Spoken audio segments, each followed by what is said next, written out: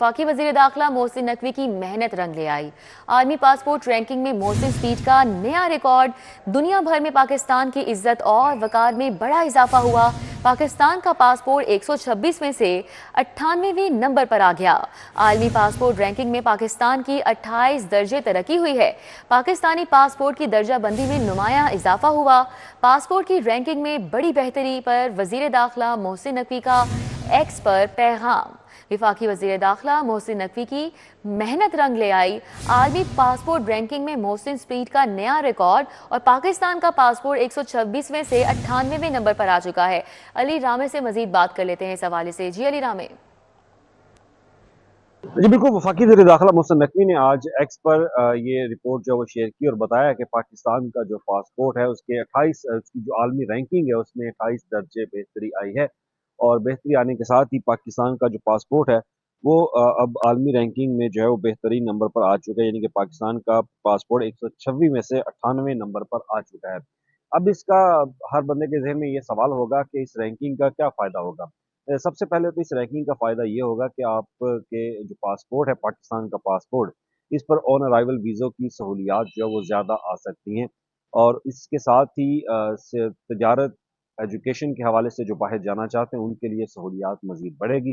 Immigration का process जो है वो बेहतरीन होता है, तो ये वो सहूलियात जो हैं वो पाकिस्तान के पासपोर्ट के ऊपर मिलती हैं। अब पाकिस्तान की हुकूमत ने क्या किया कि ये वजूहात बनी कि 28वें नंबर तक उनके 28 दर्जा तरक्की जो है वो पाकिस्तान के पासपोर्ट की हुई, और उसकी वजह ये है कि पाकिस्तान के दीगर मुल्कों के साथ जो सफारती ताल्लुकात हैं उनमें बेहतरी आई। और उसके साथ ही इंटीरियर मिनिस्ट्री की तरफ से जो इमिग्रेशन का जो प्रोसेस है उसको मज़ीद जामे और शफाफ जो है वो बनाया गया। और उसके साथ ही पाकिस्तान के जो पासपोर्ट है इसमें जो ऑन अराइवल वीज़े की जो जो सहूलियात दी जाती हैं उनमें बेहतरी की वजह से ये रैंकिंग जो है वो पाकिस्तान के पासपोर्ट के अंदर जो है वो देखी गई है। और इससे अब होगा ये कि पाकिस्तान के से बाहर जाने वाले जो लोग हैं तो उनको सहूलियात इस तरह से दी जाती हैं कि इमिग्रेशन का प्रोसेस उनके लिए आसान कर दिया जाता है। और दीगर जो मौक़े होते हैं टूरिस्ट के हवाले से, एजुकेशन के हवाले से, उनमें भी उनको सहूलियात जो है वो मिल सकती हैं, यानी कि उनका वीज़ा जो प्रोसेस है उसमें अब डिले नहीं होगा। अब ये यकीनन पाकिस्तान की हुकूमत और इंटीरियर मिनिस्ट्री की तरफ से जो वाज़ेह इक़दामात थे कि इमिग्रेशन जो कि गैर कानूनी इमिग्रेशन है उनको भी कंट्रोल किया गया।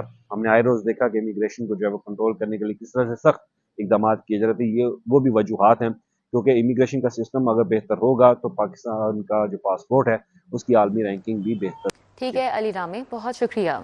अभी आपको बताएं कि एयरपोर्ट से डिपोर्ट 4000 से ज्यादा अफराद की इंक्वायरीज मुकम्मल हो चुकी हैं। बैरून मुल्क भिजवाने के लिए जाली दस्तावेजात के इस्तेमाल का इंकशाफ हुआ है। मुतादिद मुसाफरों को धोखा देने वाले एजेंट सहूलतकारों की निशानदही, जाली दस्तावेजात पर बाहर भिजवाने की कोशिश करने वाले एजेंट्स के खिलाफ क्रैकडाउन का फैसला किया गया। इंसानी स्मगलिंग में मुलविस एजेंट्स के खिलाफ मुकदमात दर्ज करने की तैयारी भी मुकम्मल कर ली गई है। डिपोर्ट होने वाले मुसाफरों के बयानात रिकॉर्ड कर ली गए हैं। FIA का यह बताना है, जबकि मासूम शहरियों को लूटने वाले अनासिर को कानून के कटहरे में लाया जाएगा। FIA का कहना है गैर कानूनी तरीकों से बैरून मुल्क भिजवाने के नेटवर्क तोड़ने के लिए टीमें भी तश्कील दे दी गई हैं। एयरपोर्ट से डिपोर्ट 4000 से ज्यादा अफराद की इंक्वायरीज मुकम्मल हो चुकी। बैरून मुल्क भिजवाने के लिए जाली दस्तावेजात के इस्तेमाल का इंकशाफ हुआ। मुतादिद मुसाफरों को धोखा देने वाले एजेंट सहूलतकारों की निशानदही की गई है, जबकि जाली दस्तावेजात पर बाहर भिजवाने की कोशिश करने वाले एजेंट्स के खिलाफ क्रैकडाउन भी किया जाएगा। इंसानी स्मगलिंग में मुलविस एजेंट्स के खिलाफ मुकदमा दर्ज करने की तैयारी मुकम्मल कर ली गई है। मोटरवे M2 और हद निगाह बेहतर होने पर खोला गया है। मोटरवे M3 और 11 पर भी हद निगाह में बेहतरी हुई, जिसके बाद गाड़ियों को आमदोरफ्त की इजाजत मिल चुकी है। हद निगाह बेहतर हुई, मोटरवेज को मुख्तलिफ मुकामात पर खोल दिया गया। क्या अपडेट्स हैं मजीद आबिद चौधरी से लेंगे। जी आबिद चौधरी, आगाह कीजिएगा। बिल्कुल, इस वक्त बाबू साहब मौजूद हूँ। शदीद धुंध थी, जिसके बाद मोटरवे को रात तकरीबन 8 बजे के बाद हर किस्म की ट्रैफिक के लिए बंद कर दिया गया था। लेकिन अभी धुंध की शिद्दत में कमी और हद निगाह बेहतर होने के बाद मोटरवेज को लाहौर से ट्रैफिक के लिए खोल दिया गया। मोटर पुलिस हुकाम का कहना है कि लाहौर इस्लामाबाद मोटरवे, लाहौर सियालकोट मोटरवे और M3 को रात 8 बजे के बाद जो है वो शदीद धुंध के बायस ट्रैफिक के लिए बंद कर दिया गया था, लेकिन अभी 15 घंटे बाद दोबारा इन तमाम मोटरवेज़ को ट्रैफिक के लिए खोल दिया गया है। इस वक्त देखने में आ रहा था कि पहले जब मोटर बंद थी तब बाबू साहब और इसके अतराफ में भी गाड़ियों की लंबी कतारें थी, शहरी जो है वो मोटरवे खुलने का इंतजार कर रहे थे, लेकिन 15 घंटे बाद तमाम मोटरवेज़ को ट्रैफिक के लिए खोल दिया गया है। दूसरी जानिब मोटरवे पुलिस हुकाम की जानिब से शहरियों के लिए ट्रैफिक एडवाइजरी भी जारी की जा रही है कि दिन के औकात में अपने सफ़र को यकीनी बनाएं, और अगर धुंध के औकात में वो सफ़र करते हैं तो नेशनल हाईवेज़ जो हैं वहाँ पर भी जो SOPs हैं उन पर अमल दरामद करें, गाड़ियों के दरमियान का फासला जो है उसको यकीनी बनाएं, और उसके साथ साथ फॉग लाइट्स जो है उनका लाजमी इस्तेमाल करें। फॉग लाइट्स का लाजमी इस्तेमाल करें। बहुत शुक्रिया आबिद चौधरी। शहर में धुंध का राज है, सर्दी की शिद्दत बरकरार है, मतलब जुज़वी तौर पर अबर आलूद, मौसम मजीद सर्द हो गया। मौजूदा दर्जा हरारत की बात की जाए तो 11 डिग्री सेंटीग्रेड रिकॉर्ड किया गया है और 3 किलोमीटर फी घंटा की रफ्तार से सर्द हवाएं चल रही हैं। अफशा रिजवान हमारे साथ हैं, मौसम का तफसीली अहवाल उनसे लेंगे। जी अफशा। जी बिल्कुल रिदा, आपको मौसम के हवाले से बताएं तो यकबस्ता ठंडी हवाओं ने जो है मौसम को मजीद सर्द कर दिया है। धुंध की हल्की चादर और ये जो मौसम है इसने शहरियों को ठिठुरने पर मजबूर कर दिया है। जबकि दर्जा हरारत के हवाले से आपको बताएं तो इस वक्त शहर का मौजूदा दर्जा हरारत 11 डिग्री सेंटीग्रेड रिकॉर्ड किया गया है, जो कि साथ ज़्यादा 7 और कम से कम 4 तक जाने का इम्कान है। जैसे कि मैंने बताया कि 3 किलोमीटर फी घंटा की रफ्तार से हवाएं भी चल रही हैं, जो कि इस मौसम को मजीद सर्द बनाती जा रही हैं। जबकि महकमा मौसमियात की जानिब से बारिश का कोई इम्कान जाहिर नहीं किया गया है, जबकि मतला जो है जुज़वी तौर पर अबर आलूद है, बादलों की चादर छाई हुई है आसमान पर, लेकिन उसके बावजूद भी बारिश के बहुत कम जो है इम्कान जाहिर किए गए हैं। सिर्फ 10% इम्कान जाहिर किए गए हैं और मौसम का हाल बताने वालों ने यही बताया है कि आज पूरा दिन मौसम खुश्क रहने का इम्कान है और ये सर्दी की शिद्दत 16 जनवरी तक इसी तरह बरकरार रहेगी। जबकि AQI इंडेक्स के हवाले से आपको बताएं तो इस वक्त फ़िज़ाई आलूदगी के एतबार से शहर का 15वां नंबर रिकॉर्ड किया जा रहा है। AQI इंडेक्स की मजबूरी शरह 165 रिकॉर्ड की गई है। शहरियों को एहतियात करने का कहा जा रहा है सफरी मामलात में, और साथ ही साथ गर्म मलबूसात पहनने का भी कहा जा रहा है, क्योंकि सर्दी जो है अभी और मजीद जोर पकड़ेगी। जी ठीक है, बहुत शुक्रिया। हमारे साथ अफशा थी, मौसम का हवाल बता रही थी। पंजाब ग्रोथ स्ट्रेटजी टीम के 10 माली सालों के औसतन अदाद-ओ-शुमार सामने आ चुके हैं। पंजाब में बढ़ती हुई आबादी ने सूबे में फीकस आमदन को महदूद किया। इस रिपोर्ट के मुताबिक पंजाब की औसतन GDP ग्रोथ 3% है, मगर फीकस आमदन की ग्रोथ सिर्फ 0.8% है। और इस रिपोर्ट के मुताबिक कौमी मईशत में पंजाब का हिस्सा सबसे ज्यादा है। GDP में 53.6%, पंजाब ज़राअत में कौमी वैल्यू एड का 59.6%, सर्विसेज में 54.5% फराहम करता है। मजीद बात करेंगे अली रामे से। जी अली रामे, इस रिपोर्ट में मजीद क्या इंकशाफात हुए? जी बिल्कुल, ये सबसे पहले तो ये पंजाब की जो ग्रोथ स्ट्रेटजी टीम है उनकी तरफ से ये रिपोर्ट बना के हुकूमत के सामने रखी जाती है कि गुज़श्ता कई सालों से पंजाब के अंदर जो ग्रोथ रेट है उसकी क्या अदाद-ओ-शुमार है। अब इसमें सबसे पहले तो मैं 2017-18 की बात करूंगा कि 2017-18 में पंजाब के जो ग्रोथ रेट था वो 5.4 था, और उसके बाद क्योंकि हुकूमत की तब्दीली हुई, तहरीक इंसाफ की हुकूमत आई और तहरीक इंसाफ के बाद फिर इंटरन सेटअप जो है वो आया, उसके बाद अब मौजूदा हुकूमत है, तो गुज़श्ता 10 सालों से एक काबिल जायजा जो है वो पंजाब की स्ट्रेटजी टीम की तरफ से लिया गया और उसमें बताया गया कि पंजाब की औसत GDP ग्रोथ 24-25 में, जो कि पिछले माली साल में उसका 3.0% जो हो रहा है। फीकस आमदन की ग्रोथ जो है यानी कि पर कैपिटा इनकम वो 0.1% रही। अब इसमें अगर नेशनल जो इनकम है, कौमी मईशत पंजाब का हिस्सा जो है वो सबसे ज्यादा रहा, 53.6% GDP जो है वो बताया जा रहा है, और इसमें पंजाब में ज़राअत में जो कौमी वैल्यू एडेड है उसका 59.6% है और सर्विस सेक्टर में 54.5% जो है वो फराहम करता है। अब अगर सिंध का जायजा लिया जाए तो सिंध की औसत GDP ग्रोथ जो है वो 3.0 है, और मगर फीकस आमदनी ग्रोथ उनकी 0.1 है, और खैबर पख्तूनख्वा में औसत GDP ग्रोथ जो है वो 4.6 गुज़श्ता 10 सालों में रिकॉर्ड की गई, जो कि 2024-25 का भी एक अदाद-ओ-शुमार है, और इसमें फीकस आमदन की ग्रोथ जो है वो पाकिस्तान में सबसे ज्यादा जो है रिकॉर्ड की गई 1.9%। अब खैबर पख्तूनख्वा के हवाले से ठीक है, बहुत शुक्रिया। हमारे साथ अली रामे थे, तफसीलन आगाह कर रहे थे। महकमा एक्साइज कूड़ा टैक्स कलेक्शन के साथ PHA का टैक्स वसूल करने के लिए भी तैयार है। सुबह भर में PHA के कमर्शियल बोर्ड होल्डर इसे वसूलियां करेगा, जबकि PHA कमर्शियल बोर्ड्स की मंजूरी देगा और बोर्ड्स की तनसीब भी करवाएगा। बोर्ड्स की सालाना टैक्स वसूली महकमा एक्साइज अपने प्रॉपर्टी टैक्स के चालान के साथ करेगा। तफसीलात जानेंगे अली साही से। जी आगाह कीजिएगा।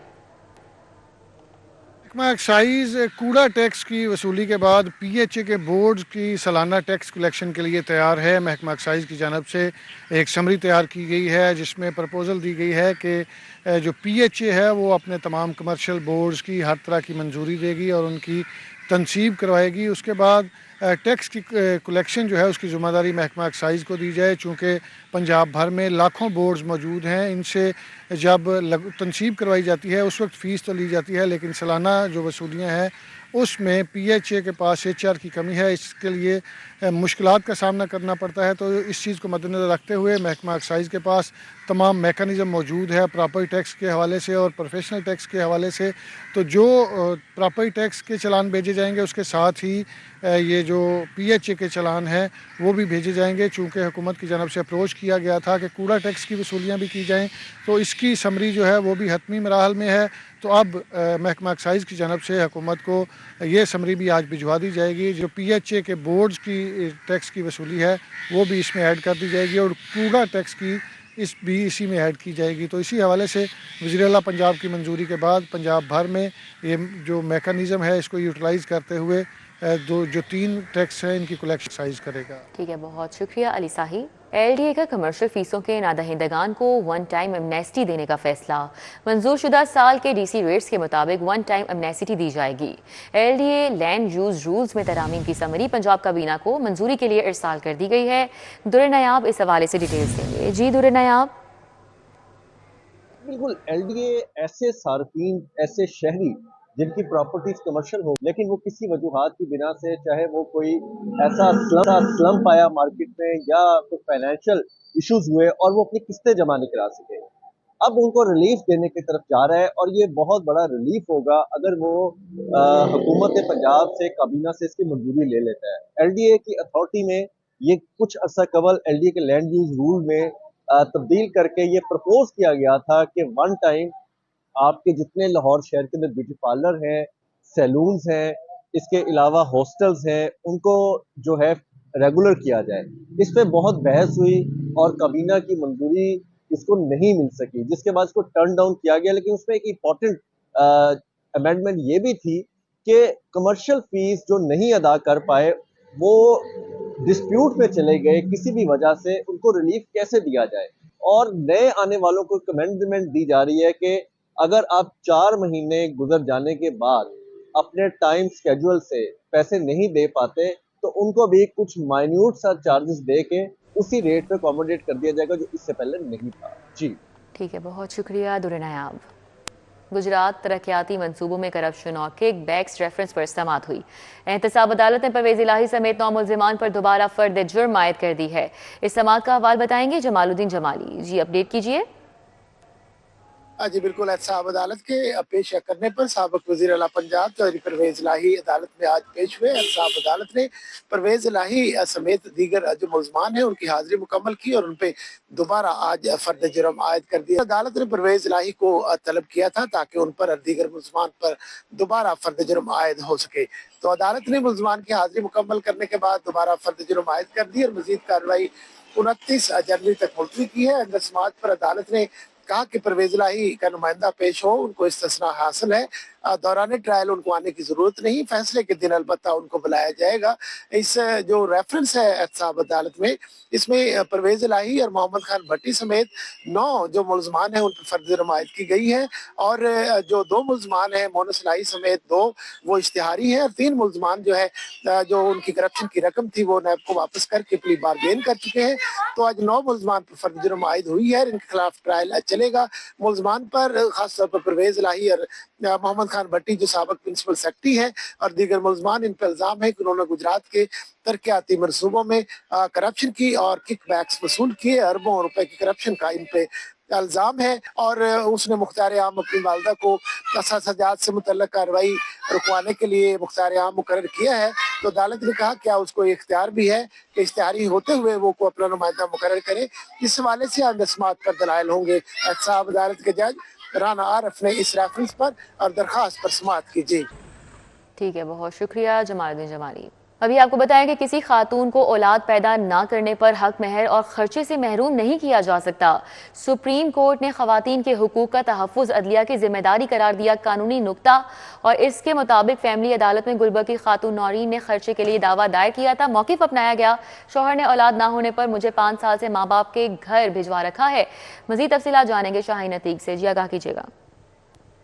सिविल कोर्ट में एक कानूनी नुक्ता ये सामने आया है कि कोई भी शख्स अगर किसी औरत के औलाद ना हो तो इस बुनियाद के ऊपर इसको हक महर से जो है वो महरूम नहीं कर सकता। आज सिविल अदालत में एक केस जो है वो पेश हुआ है जिसमें खातून ने ये मौक़िफ़ अख्तियार किया कि मेरे औलाद नहीं थी, मेरे शौहर ने मुझे मेरे माँ बाप के घर भिजवा दिया, 5 साल से मुझे ख़र्चा जो है वो नहीं अदा कर रहा और मेरी मर्ज़ी के बगैर जो है इसने दूसरी शादी कर ली है। अदालत में ये दावा जो है वो दायर किया गया जिसमें चीफ जस्टिस ऑफ पाकिस्तान या अफरीदी की जो है वो जजमेंट जो है वो पेश की गई है, जिसमें उन्होंने इसी नौयत के केस के ऊपर एक शख्स साले मोहम्मद को जो है वो 5 लाख रुपए जुर्माना किया था। खवातीन का तहफ़्फ़ुज़ जो है वो अदलिया की जिम्मेदारी है। ये जजमेंट जो है वो अदालत में पेश की गई जिस पर अदालत ने मज़ीद कार्रवाई जो है वो मुलतवी करते हुए फरीकैन को